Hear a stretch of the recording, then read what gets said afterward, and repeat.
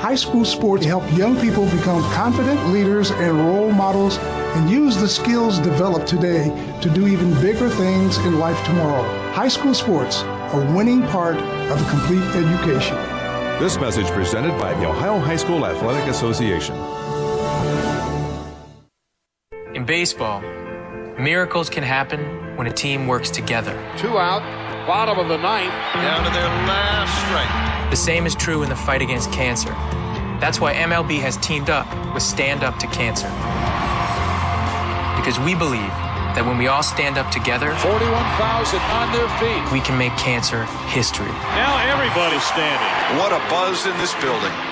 This is beyond a dream. Stand up with MLB at standuptocancer.org. The Sports Fix is now available every day on the world's largest internet radio service, iHeartRadio. Download the free iHeartRadio app, subscribe to the show, and get your fix. At the corner of Carnegie and Ontario, it's basketball time at the Cube.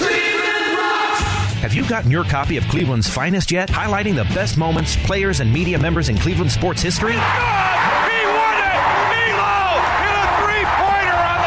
In-depth personal interviews with some of the top names in Cleveland sports fill the pages of this incredible book. Joe Tate, Fred McLeod, Hector Marinero. Discussing the most intimate and sometimes controversial details of the largest moments in our town's sports history. The Indians have won the divisional title. A perfect game for Len Barker. What a win for the Cleveland Cavaliers. Their first time in a playoff. It's the first book written from the player's point of view, with the media that covered it and the fans that watched. Finally, the true stories are told. From a miracle in Richfield to the NBA Finals. The Detroit Pistons have been booby-trapped. From a perfect game to a World Series one pitch from victory. From a Wildcat high school dynasty to the golden days of the Browns, Barons, and Crunch, this book will change the way the entire sports nation looks at Cleveland. Cleveland, you will have an October to remember. Cleveland's Finest by Vince McKee is this year's must-have book for every Cleveland sports fan. Available now at Amazon.com. Away back, go! Get your copy today. Portions of the Sports Fix brought to you by GV Art and Design. It's not just a shirt, it's a statement. GVArtwork.com.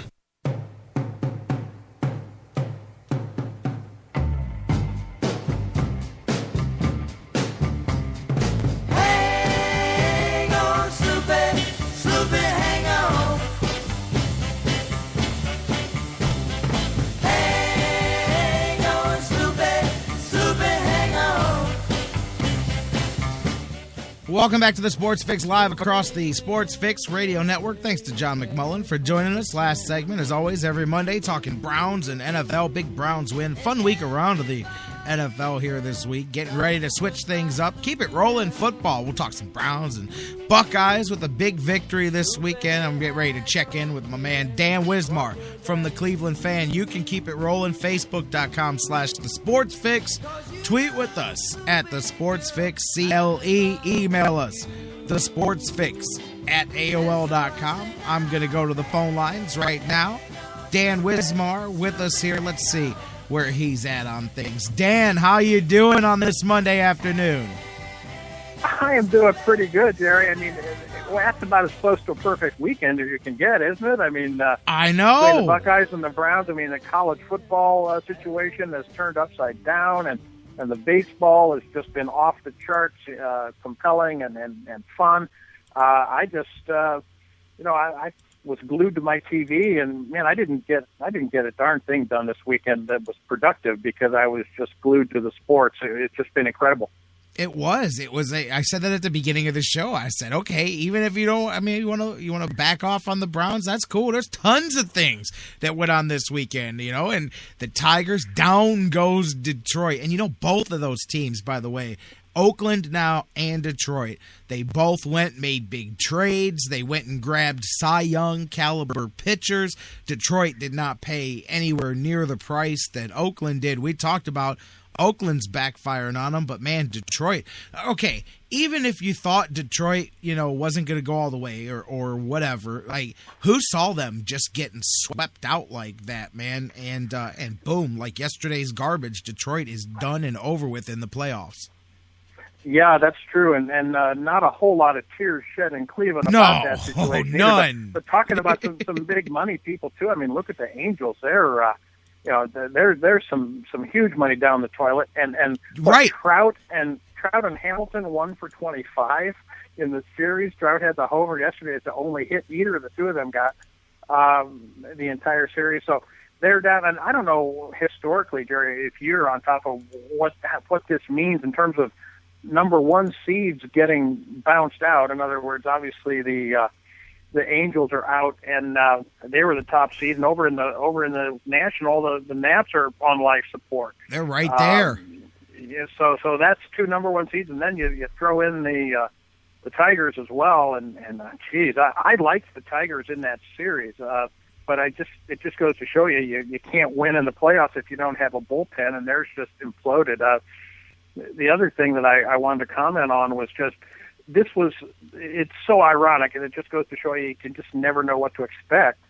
This was the year of the pitcher. I mean, we didn't have 20-game winners, but hitting and home runs and RBIs and everything is just down all across baseball. And so you go out in the playoffs, and we've had some low-scoring games to be sure, but you've also had a bunch of 10-9 ace pitchers not even being able to throw up quality starts. I mean, you've got Clayton Kershaw's got a 6-1 lead, and people are just writing that off. People saying, it might as well be 60-1 because Kershaw's up 6-1, and then he goes and blows that.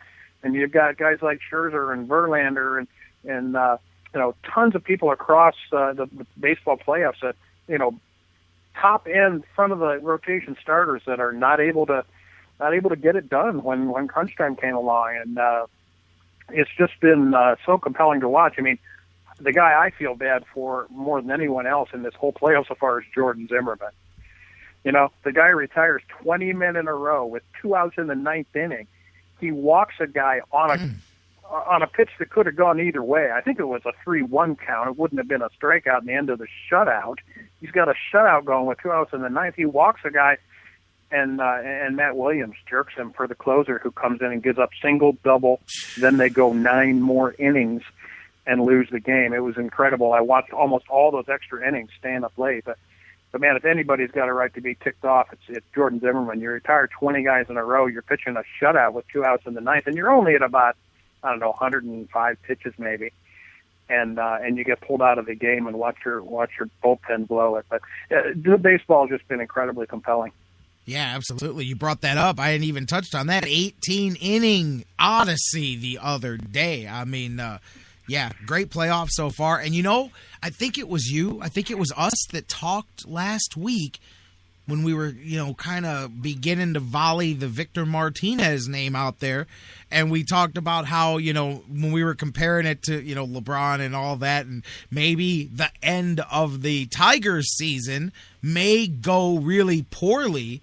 I'm almost sure that was you and I talking about that, where we said, who knows? We talked about it. Yeah, and then maybe that sends him with that nasty taste in his mouth, like, man, you know what? I'm just kind of done with things here in Detroit, man. Let's go back to Cleveland, And there you go, 1, 2, 3, sweep them on out the playoffs. Well, that's true, and of course, the Indians are. I mentioned the same thing, or my hopes about Victor wanting to come home. I mentioned it on Twitter, and basically got pretty much scoffed at, laughed at by some pretty knowledgeable, baseball people, and they're right. It's very difficult for the Indians to make anything like that happen. Even if Victor would love to come here, we kind of are hamstrung, as we know, by the Swisher contract, the Bourne contract, the Kipnis contract, all these things that especially Swisher, who's sitting there as a DH only kind of guy, and you're paying him $15 million, and you're going to have to pay Victor at least that much. Someone is going to. So, it's unlikely, in the current scenario, unless you can con someone into unloading that Swisher deal off your hands. But that doesn't make me want it any less, because obviously Victor's a lifetime favorite of mine ever since he was drafted and came up in the organization. Love to see him back here, and I think it was Bruce last week said something about his comment that I won't cry when I leave Detroit, that kind of a thing. I mean, that was talk about a loaded clue that you can get that he might be receptive to a situation here. But it does seem still on the face of it kind of an unrealistic proposition. I don't know, man. I guess I just overestimate the easiness of the Dolans just going, okay, you know what? I'll figure out where to eat $15 million.